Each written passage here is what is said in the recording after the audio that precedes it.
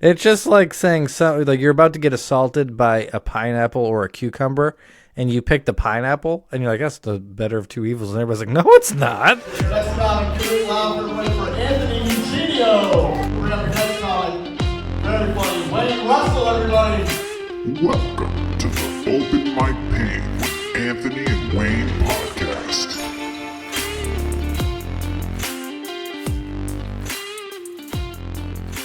Dude, I was fucking howling that Wayne is sad episode. My God.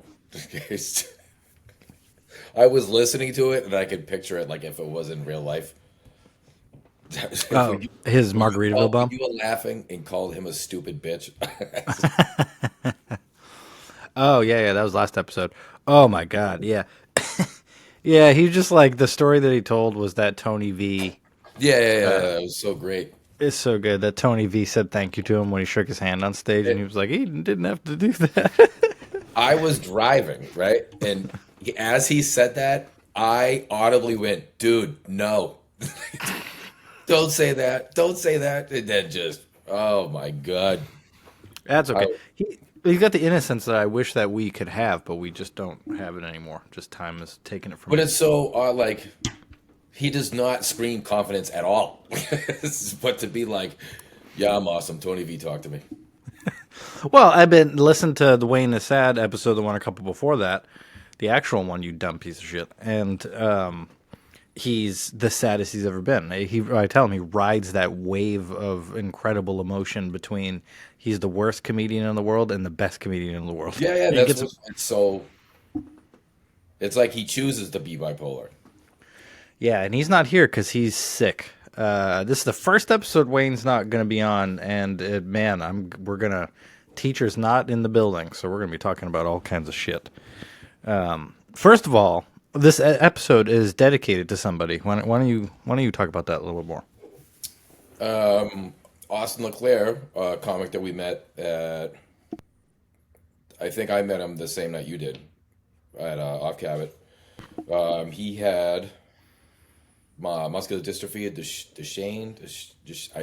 I know I'm pronouncing it wrong, but he passed away today, and we've stayed in touch since we met, and we bumped into each other a couple times. I met him at a couple mics. I was actually holding the mic, and he would use me as a bitch and make fun of me on stage.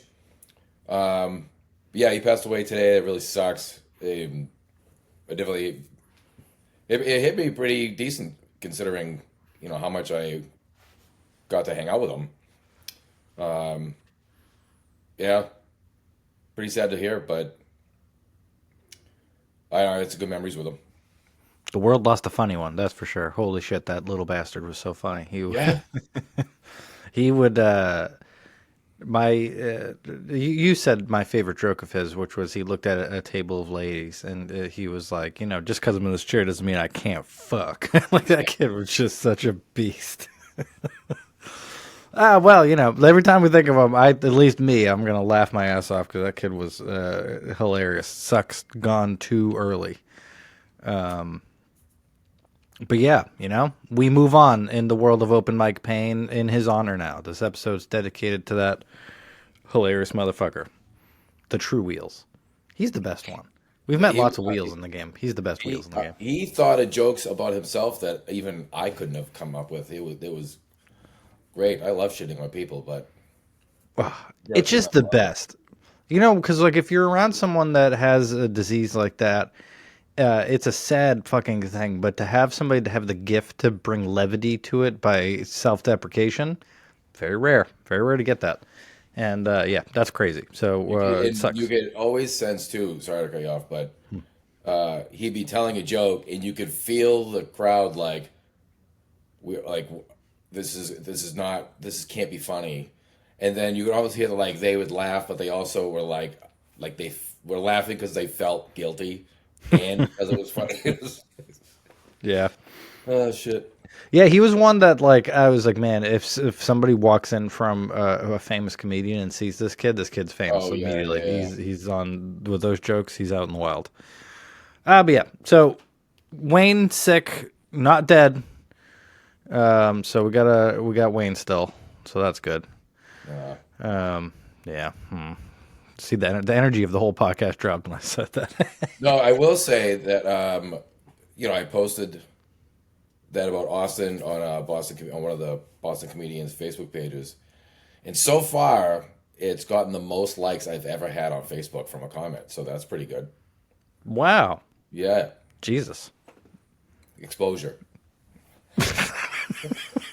Yeah, he just had to culturally appropriate. Oh, he would have laughed at that. That's fine. He would have. He'd be like, use me. Yeah. Man, he's great. So me and you. So this episode comes out on Monday. And on this day, we are this weekend going to be at Frog Brewing. What a stupid fucking way to say that. But that's where we're at. Me and you, Zach Valencia, Matt Berry. Have you worked with any of them? No, I was actually going to say that. That was a place, that was the first show I did. Was with you guys that night. Remember that? That was I'm stressful. going back there. That place is really cool. The people there are awesome. The brews there are great. But I haven't worked with either of those guys, but obviously heard and seen their names all over. Yeah. Well, so Zach, awesome. Matt, I've worked with both of them. The ticket to this episode, as you can see if you're watching on the video by Justin's fucking can't hide it face, he's high as shit. And so is Matt Berry. I'm just old. You're not high? No, I am. Oh, okay. But I don't think it has Tried anything to. to do with my looks. Yeah, it does. Your face looks like it got shot in the face by Chong's mouth. No, I just slept like shit and I'm old. Yeah. No, I know high. I'm a professional. So Matt Berry also smokes a ton of weed. Zach Valencia also smokes a ton of weed. So we're gonna have we're all gonna be high fest, which is gonna be fantastic. They're younger. Zach does a bunch of the Don't Tell comedy series. I don't know if you've seen those around, but those are the fucking shows, man. He's on those all the time. So it's gonna be good. The concept of that sounded pretty cool. I did actually. Our Kenny, our mutual friend Kenny, and him and another guy that I know, they mentioned it to me. I had no idea what they were talking about. Yeah, they do good marketing, but they're national, so they're all over the country. Right. And they do shows, but they do like regional bookers, I think. But anyways, yeah, Zach's great. I worked with him at the Old Salt where you worked a couple weeks ago. Yep. So that was cool. But yeah, I don't know how it like they're billed kind of as co-headliners, but I think Matt Berry is gonna do like the headliner time. But yeah, that's gonna be fucking fun. So buy tickets to that. You still have time. Come see me and Justin. We're gonna shit at each other. That's a given. Oh, okay. Yeah. I wasn't. Yeah, no. I wasn't gonna say anything mean about you at all. Yeah, well, the mathematical equations about how bad I am behind your head speak differently, you piece of fucking garbage. What? Oh, my wife's redecorating. Oh, nice. Damn. Did you made me that I like how the scale's pretty spot on. Yeah, look how big my hog is. Yeah, there you go. The 3 pillars of comedy, because you never shut up about it. I shut up about that the second you made fun of me for it one time. I was like, all right, never again. Never going to say that again. I could be bullied out of anything. Like, I be bullied into line a dick up. If you called me gay enough, I would. Scally cow. Yep. So, Super Bowl. How do you... we're going to talk about man things since Wayne's not here. Ooh. So how do you pick between a rock and a hard place of the Chiefs and the Eagles, who I hate them both pretty equally? Like, how do you pick between those two? It's actually it's an easy choice for me. I want the Chiefs to win. Ew, I haven't heard anybody say that. That's disgusting. Why? Because just the dynasty part of it is cool to almost like relive to a degree. And fuck Philly. Fuck Philly. Is, it hasn't been that bad from people that I've met in Philly, but they beat the Patriots, so fuck them. Mm-hmm. And I think it's repetitive. Everybody hated the Patriots when they were on this run, but as far as the NFL is concerned, this would be the biggest thing they would have. So why would they not want to I think that I think one. I think it'd be better for the NFL if the Chiefs won because I think it just creates more of a now it's a dynasty. It's the best dynasty that's ever been, and this argument and topic. But I also don't like the Eagles, so it's a lesser of two evils to me. You see, I would normally And I'm a feel that way. In your Swifty. Oh yeah, you got fucking girls for kids. That sucks. Yeah, but I didn't plan that. Just I happened. know. I know. That's because your sperm is demasculine and cannot Yeah, create I men. just have enough testosterone for the house. Yep, the house knew that. That's for sure. I wonder if that's probably the case. I could say something dynamic. I put another guy in here, and this house is burnt down. Fuck. Yeah, I hate the Chiefs so much that and so I hate them pretty equally. Chiefs because I don't want to see them outshine the Patriots. Eagles because they beat us and fuck Philly. But there's a dynamic here of Saquon Barkley is so awesome. That's kind of turning the tides for me because he is just unhateable. Such a good guy and the greatest. He's kind of like O.J. Simpson before, He's like he was unstoppable back then when he before that. stole his jerseys back. You mean? Is that what you're talking about? No, that was after. That was 2011. I'm talking about thing. yeah, right before that. Right before he accidentally went over there and took his ex-wife's head off. Allegedly. No, he admitted it. I watched a new documentary. It's pretty sweet. So his agent, well, secondhand, but still, his agent was talking to him, and the agent's being interviewed for the first time in the documentary. A lifelong agent of OJ, and he says, I asked him one time what happened that night, and he said that if she didn't answer the door with a knife, she'd still be alive. And I was like, oh, I was like one of those fucking it was sick. It was awesome because he was like, man. If you're gonna and Neil, the Goldman there, the guy that died with her, you think they forever you thought they were fucking. That's the whole story is that he What was caught his them. name? Dolben, that guy. Yeah. I didn't want to say Jew, but anyways, he was the Jew one. Anyways, that guy. So he's a waiter at a restaurant. She leaves her wallet there. He goes to bring the wallet over, and OJ's like, wrong time, dude. And oh my god, yeah. So, anyways, I don't know where. Oh yeah, so OJ's a lot like Saquon Barkley, is what I'm saying. Is that they were both the greatest people in the world until yeah, but it hasn't happened for Saquon yet. You got to give him the benefit of the kill. I do like that though. I like that comparison because, like, the juice is loose. Yeah, he was great. Because then he wrote a book, OJ. Yeah, like if I did it, I would have done this.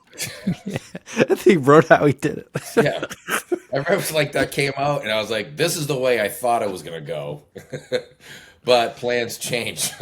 It's like it's just he was just mad about the misconceptions about how he murdered her. He's like, no, listen, I gotta tell people how I. It's like if you cheated on your wife and she was like, you cheated on me with Becky, and you're like, it was Donna, but I can't say that. Donna's way harder than Becky. All right, I'm gonna write a book called "If I Did Cheat on You." Here's what I would have cheated on you with. It would have been a really hot chick too. Oh my god, yeah, national treasure that guy. Really, in the long run of things. And after I watched this, it's a Netflix documentary that just came out about manhunt chasing OJ or something like that. After I watched it, I kind of agreed with him getting acquitted. Isn't that insane? Because, Yes. yeah, this is why it's not insane. Everybody, including his defense attorneys, were like, he totally murdered her. Everybody was like, yeah, obviously. They found blood everywhere. He was covered in blood. It's so funny. But so Mark Furman, the racist guy, who you remember the racist detective that was like, I never said the N-word, and then they played a tape of him saying the N-word 75 times. It was so funny. And he was on stand while they were playing, and he was like, yeah, I did say that a bunch of times. And they were like, are you a racist? And he was like, yeah, kind of. I mean, you could tell by that tape. And so they got him. So they tested the blood that they found on his gate and in his car. And that matched Nicole Simpson at the car and then his blood at her gate. So both very incriminating to have those things in your car. But they tested it for the plastic that's in test tube vials, whatever the EBTA, whatever, and it was super high in that, making it sound like it was planted. Then you had N-word Jim over there, the fucking that detective, and you put that all together, and you have a shred of reasonable doubt. They just fucked it up. Like they probably planted some evidence, and he probably killed her. But because they planted some extra evidence, fucked. Like that Furman guy could have totally taken the glove from, because why would OJ have one glove at the crime scene and one glove at his house? It doesn't make any sense, like walking around the thing. They definitely just planted the glove there, and they took from there. But he still definitely killed her. But, You think can't plant. so? You think they planted one glove? I think they could have planted blood because of that plastic thing. That's huge. Why would you have They're saying that the only other way you can have plastic in his blood like that is it was like a weird diet to have to eat that he definitely didn't eat. So I think that they probably planted some blood, and I think they could have moved that glove because they were just like super. The guy Furman, he admitted as the detective, he was super like lame. Like he would just frame people. Boring. Yeah, he was so lame. So yeah, I think that Joke about the blood, about OJ's blood, about the crime scene. whose That, joke? Mark Norman's joke about. Oh no, I didn't. No, not Mark Norman. I'm sorry. It was Norm Macdonald. I just listened to a Norm Macdonald joke. Oh my god, it was so fucking good. You go first. When he was on SNL, it was something about how O.J. Simpson was inebriated the night of the murders, and the punchline was, "That's preposterous" or something like that. If they test my blood at the crime scene, you'll see there's no alcohol or drugs in my system.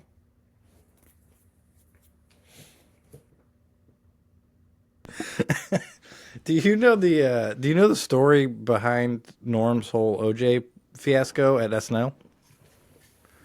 That's an interesting one.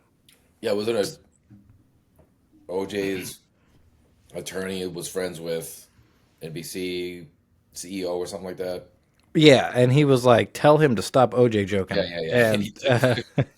And so Norm was like, "I'm gonna do exclusively OJ jokes now because you said that, obviously, which is why he's the greatest." He does. He gets fired. He does a couple movies. They bring him back to host, and he does this whole monologue about Oh, we got fired. yeah, and then he did OJ jokes at the end of it, which is so good. But he was like, so they fired me, which means either one of two things. It's one, I'm not funny, or two, they made a mistake. And he's like, now I'm back here hosting. Yes. So good. God, I love that guy. It's easy to go down a rabbit hole with him on just YouTube. It could just not stop. Yeah, he was telling I think it's called Dirty Larry or something like that, joke. You ever heard that they does on Stern? It's like a street joke. And man, it's I can't do it justice, but it is so fucking funny. It's one of those. He doesn't have timing of a regular comedian who has a laugh every 10 to 15 seconds. He can go 5 minutes when he's just telling a story, but the punchline's so good, and it's the only laugh that it makes up for the whole time that you're setting a joke up like that. There's not many people that can do The that. uncomfortableness of like him just saying it and waiting, like the pause and conviction was funny itself. Yeah, he called his co-host of his podcast, who books Joe Rogan's place now, called him Holocaust denier for the entire time. Oh Of yeah, the yeah, podcast. that's right. Denied the Holocaust, huh? Adam Egert. Yep, Adam Egert. That's his name. Man, that's who. If Austin is up there in heaven, which all go to heaven, has to be. He's gonna be up there with Norm. That's for sure. Could you imagine those two fucking ripping jokes at each other? Who's it? Austin? Who is Austin, dead. We just talked about him earlier. Oh. I thought you. I gave you the perfect keyword. I know, but I was thinking like Austin, Texas. Why? Yeah, Austin is heaven. Yeah. Actually, that would be a good duo. That is an interesting name, Austin, because there's not many city names that are common people names. You know what I mean? Like Boston isn't a common name for a kid. Right. Austin's a common name for a kid, but also a city name. I always thought if, like the band Boston, when they would go to other places to play, wasn't it like awkward? Yeah, Boston live in Yeah, Austin. yeah. Thank you, Chicago. We're Boston. Good night. Like, that sounds dumb. It does sound dumb. That is a dumb fucking band name. I don't know how they got through with that. Kansas. Kansas, yep, dumb. Yeah, they're just picking state names at that point. Like, why? Yeah. Imagine the band meeting for that. Like, you've sent to our group chat thousands of things that you like. This be a good band name. That's a Justin Yeah, catchphrase. yeah, right. Yeah. Never did you say like it'll be a good band name. Drake it. Yeah. Like it just fucking No. not interesting. Goddamn. So, all right, let's talk about some comedy stuff. Where were you've been doing shows? You like 4 or 5 shows in now to book shows type of thing, somewhere in that range. I think so. Yeah, right around. Well, for upcoming, I think upcoming I have 5. I think so I've done 5 and I have 5 coming up. Bam. So you're locked in to it. It's isn't it tough to think about the like fuck? I exclusively did this in open mics before this, and how you have to like kind of resign yourself to the fact that your night's going to be 8 out of 10 times other comics that you have to work on. And then you get rolls of shows and you're like, fuck. Like, I feel like jokes that wouldn't. Like, I opened my joke book when I started doing shows consistently. Because before, I would do them at an open mic, and 8 out of 10 times there would just be comedians there, and you would get like a meh. And I'm like, all right, put that one on the shelf. And then you go in front of a live people who want to laugh. Right. Then a lot more jokes start to make sense. You can get more conversational. That's I really think my that goal.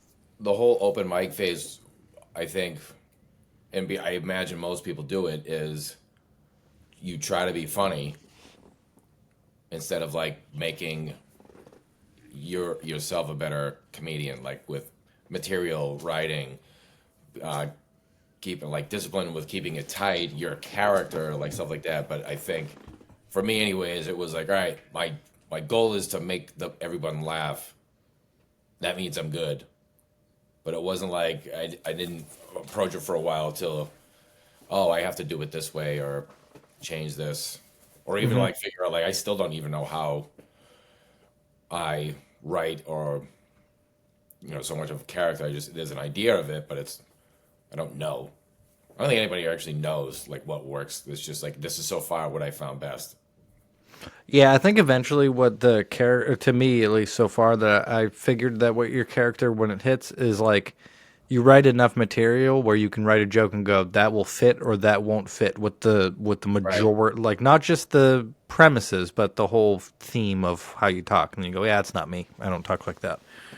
And that's probably the closest you can get to it. I talked to you about it on text.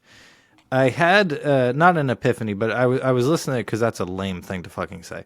But I was listening to Shane Gillis when he was like 7 years in. He was doing shows like we were doing, like he was doing a record shop, something like that.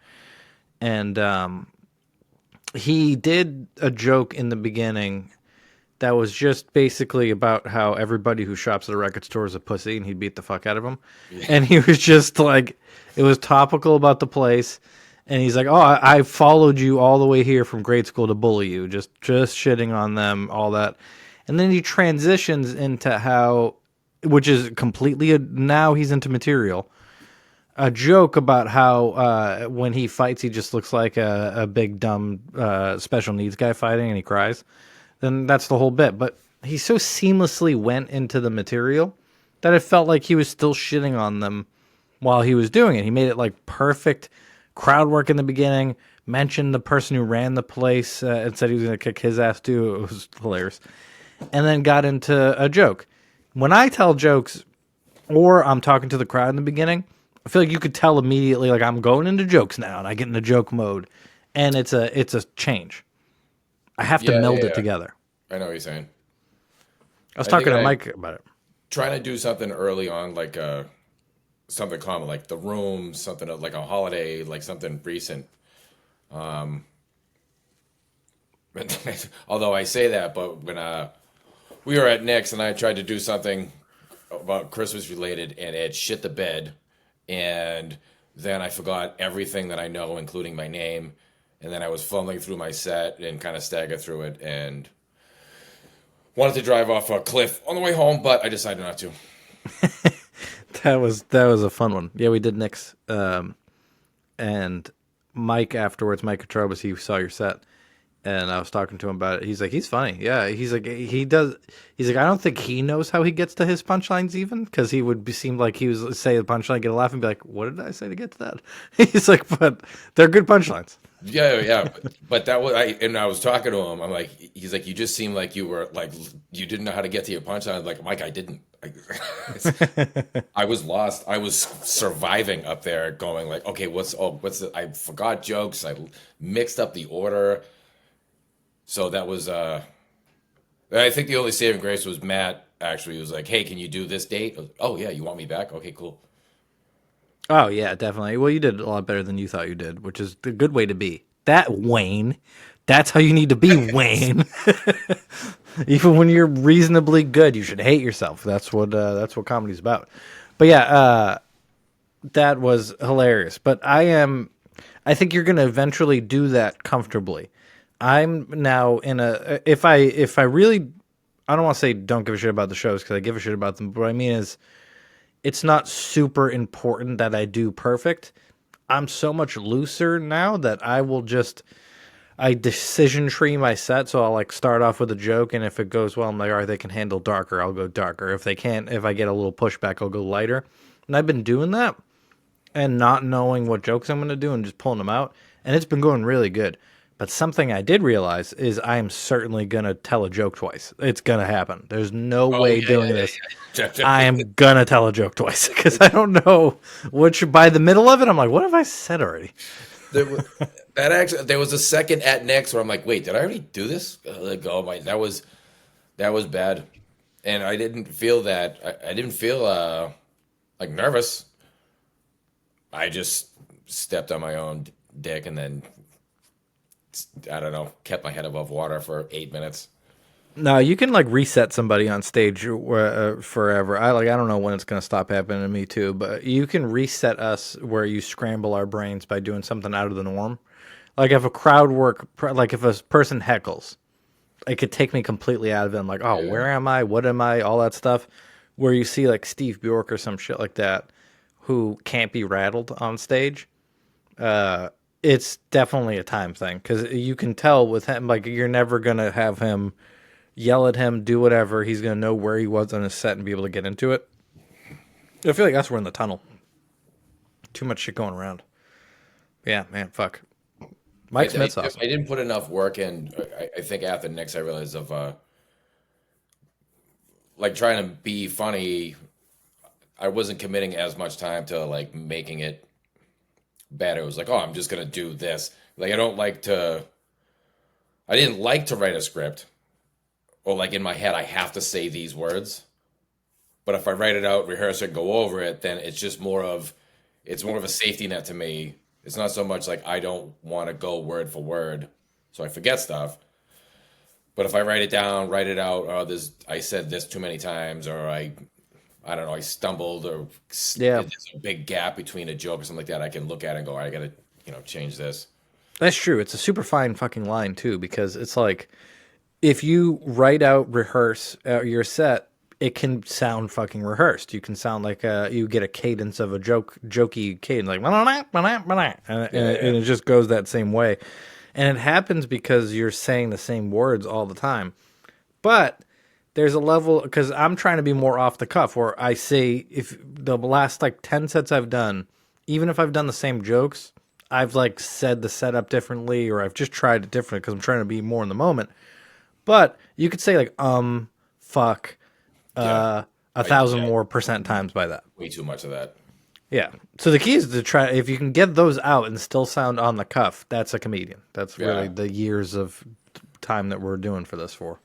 I think what helps me out is I don't, like I talk at the audience, so it's not like I can act it out because I'm delivering a rant or a thought process. I'm more animated, so it's my gestures, my mannerisms are part of the, if not most of the bit. Is making funny material, but my frustration or insecurities in changing my facial expressions is almost. I think it's carried me a little bit to this point where like I gotta be better about tightening up the material itself.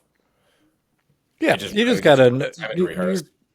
It's gonna be all the shows. Sure, it's gonna come to be. Like right now, when I started doing shows, I was like, I have 20 minutes of material, and then now a year later, I'm like, I have 20 minutes of material because you just throw away so much and you refine it. Like when you started doing 15, now your 15 is kind of more like a 10, right? The one that you Yes. were going with there, and it's so fucking good that you got that stuff out that you're gonna keep adding those little bits of time. It's like 1.5 times. So like if you have 3 minutes, you have like 2 minutes, and you just got to figure out how to get that minute out. I'm trying to do the opposite. My jokes always are so fucking short. Like I only have one-liners and 30 seconds and all that stuff.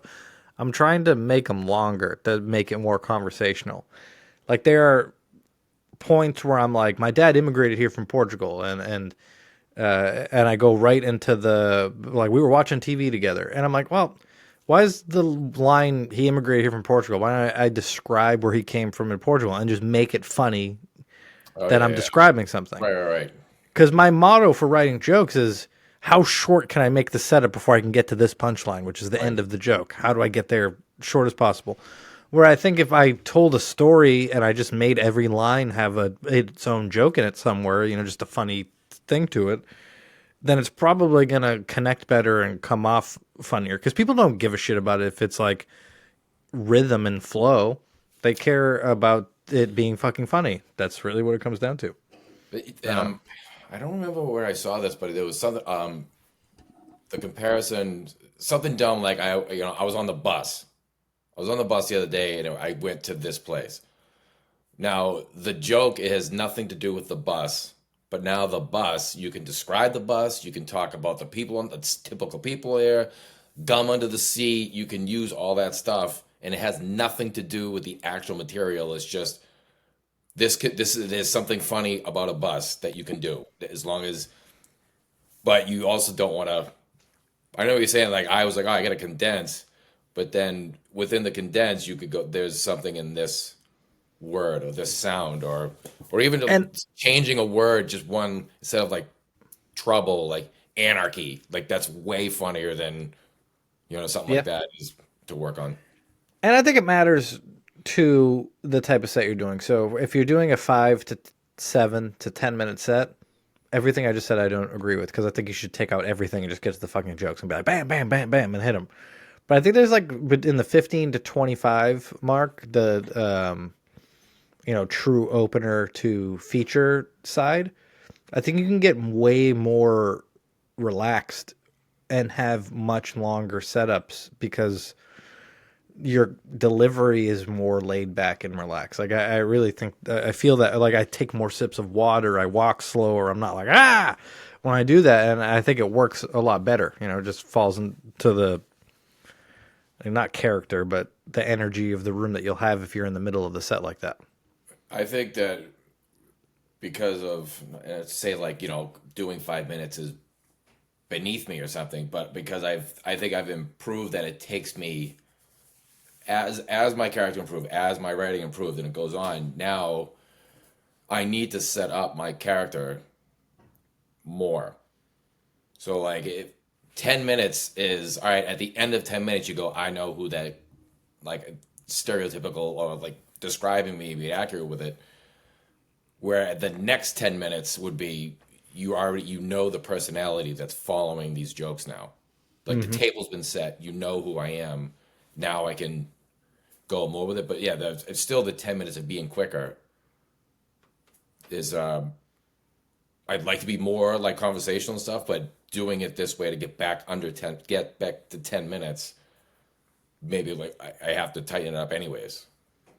Yep. regardless of Now, just that's how much time I have. There was a lot of wasted time.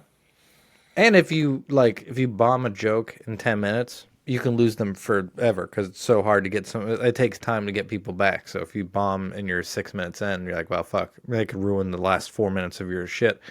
Where if you're doing 20 minutes, you kind of like can all like I. It's been.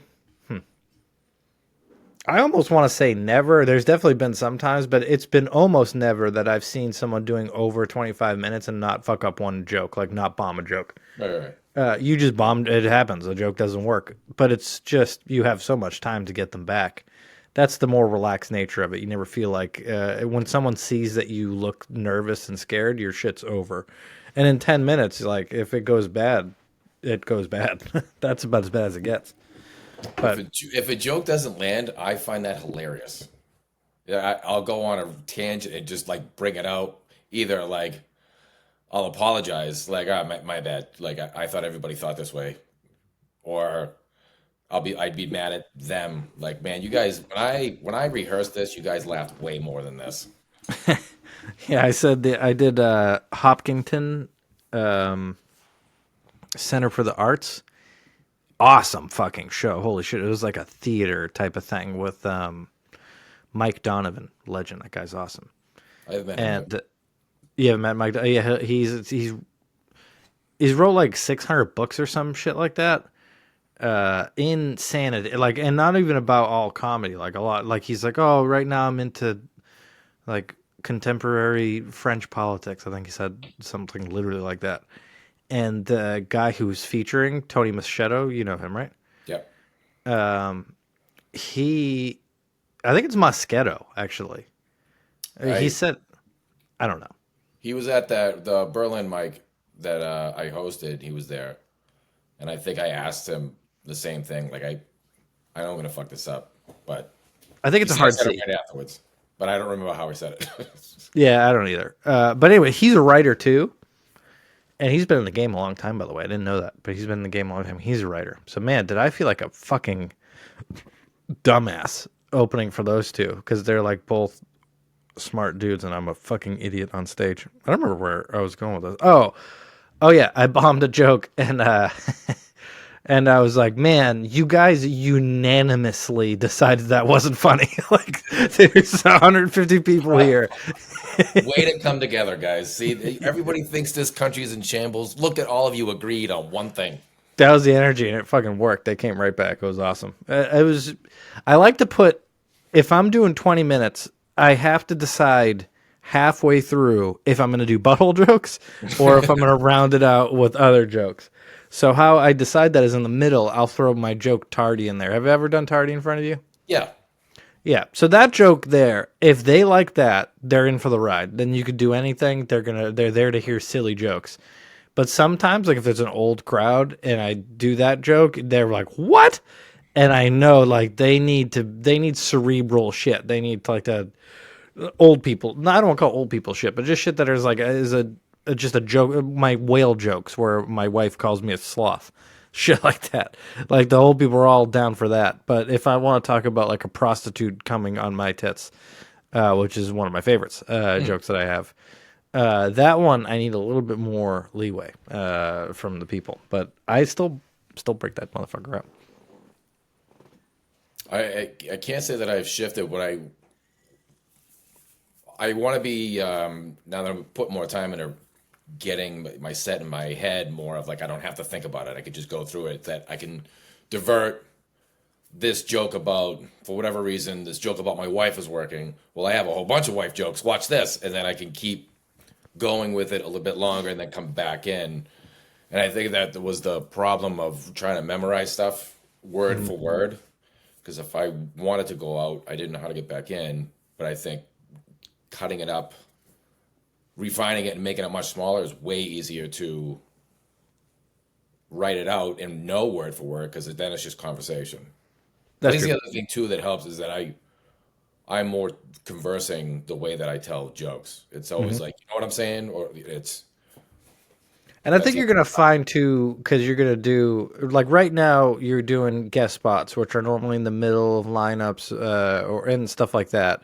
But coming up, you're going to be opening, and you did for Mike Smith and all that. And you're going to be predominantly doing that, probably some hosting, those type of shows. And what they get really good at is you figuring out what crowd likes what jokes. Right. Because if you're featuring or you're in the middle or you're doing a 7-minute guest spot, almost every crowd you do, you can make work because they're going to be warm, ready to go, ready for jokes.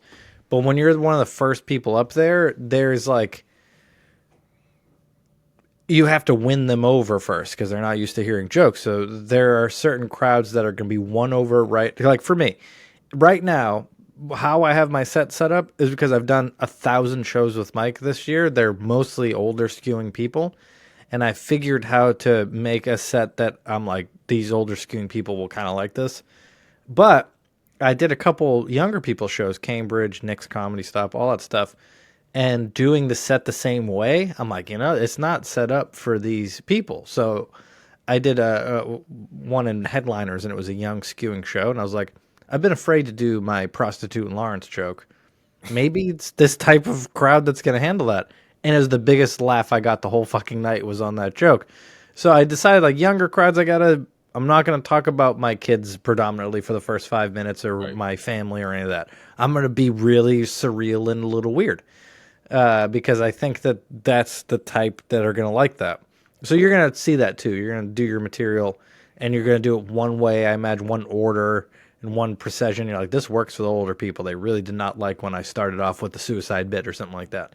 And then you're going to do the young kids and be like, suicide right away is how I'm going to get them into it. So that's more. Yeah, exactly. Yeah, if it doesn't go well. What was that guy? Bill. You know who I'm talking about. The guy the senator that killed himself on camera. Oh. Yeah. Bill Bob. I don't remember, but awesome. Yeah, man, filter. Hey, man, nice shot. Yeah, hey, man. That guy. That's his name. Hey, man, nice shot. That's his name.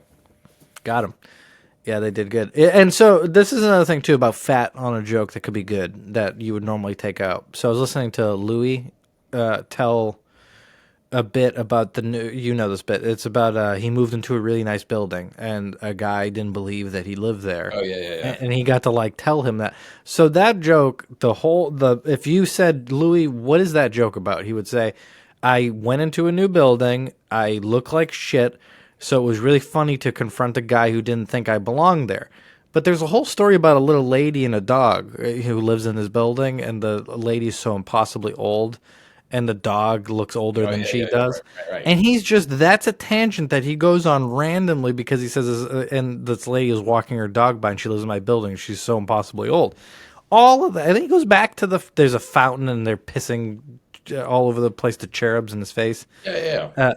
And they're just all tangents that if we were writing, we'd probably kick those out before we'd even get to it. Because, no, get to the point. The guy confronts you, get to that story. But he's going 5 minutes into other directions with that bit.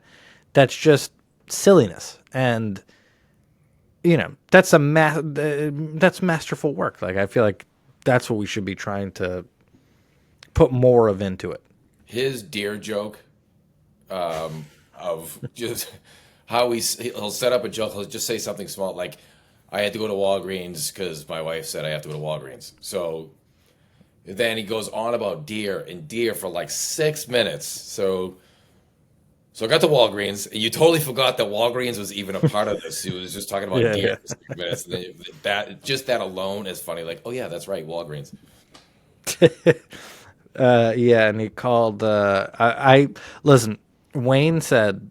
No, Wayne didn't say, but Wayne's sick, and he's still gonna edit this because I'm not fucking editing this. So get on the editing, sickie. But anyways, yeah, exactly. Clap on the head, Wayne. But it's gonna fuck them all up that we just did that. But I told them that I wouldn't if we say the C word. Well, I hate saying that. It's not because I give a shit about saying it. I really don't care. Well, you know that I love the word.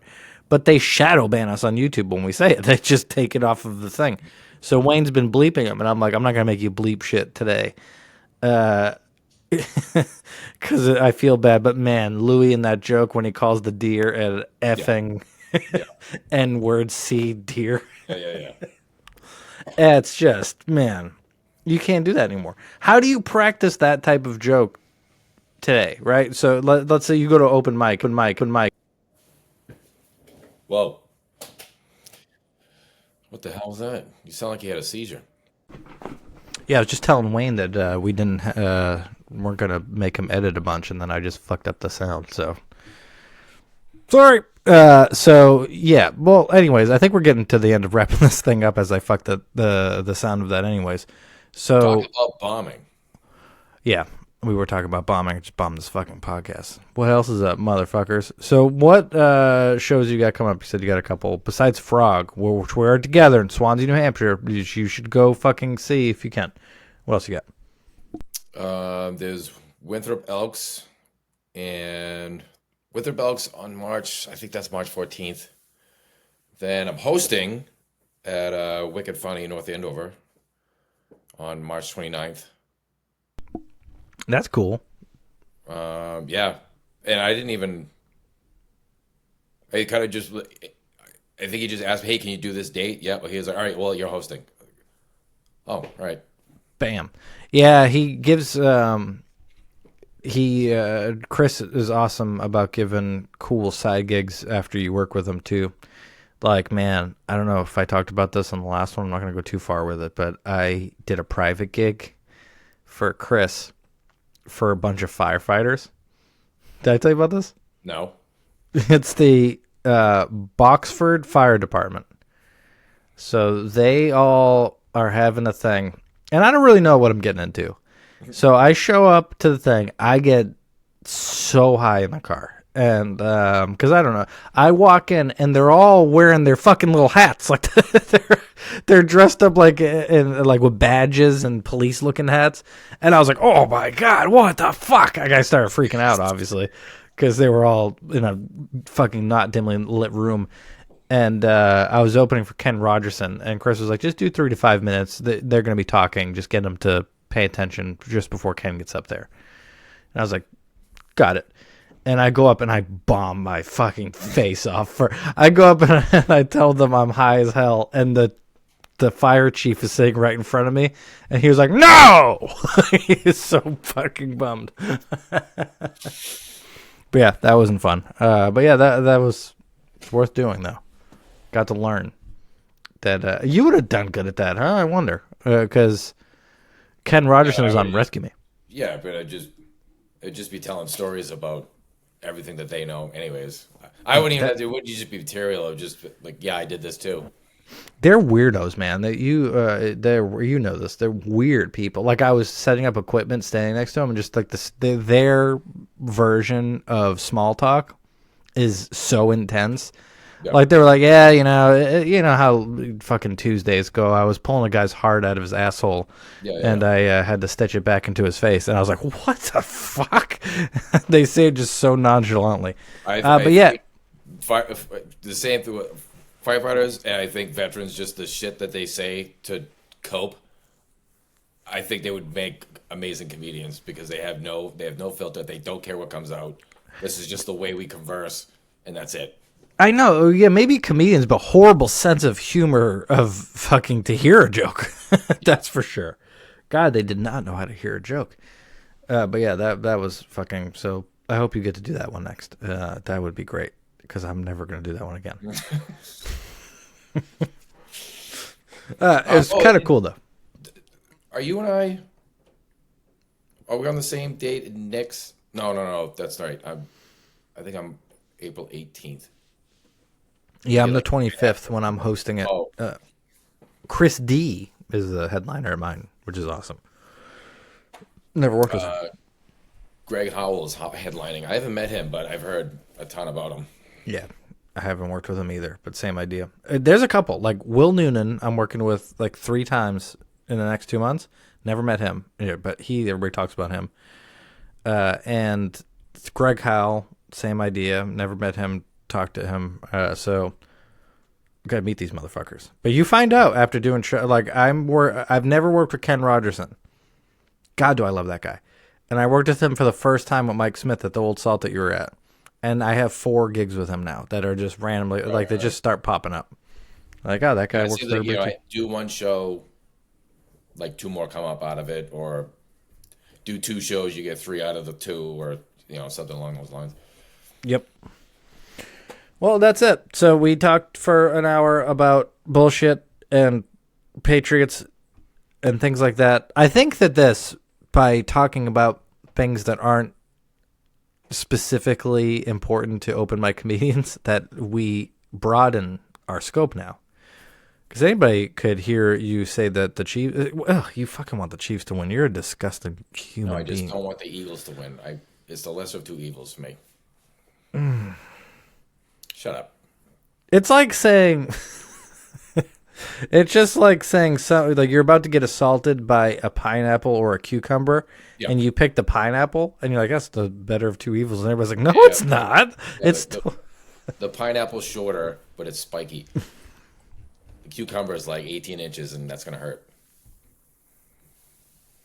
Chiefs or Eagles? You want to hang out with Anthony or Wayne? You kind of turned me around. Pineapples in your butts, everybody. Have a good night. Quest for laughs. Bye.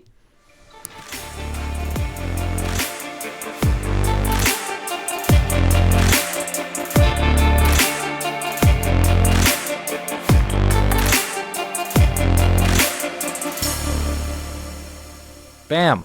Did it. Easy.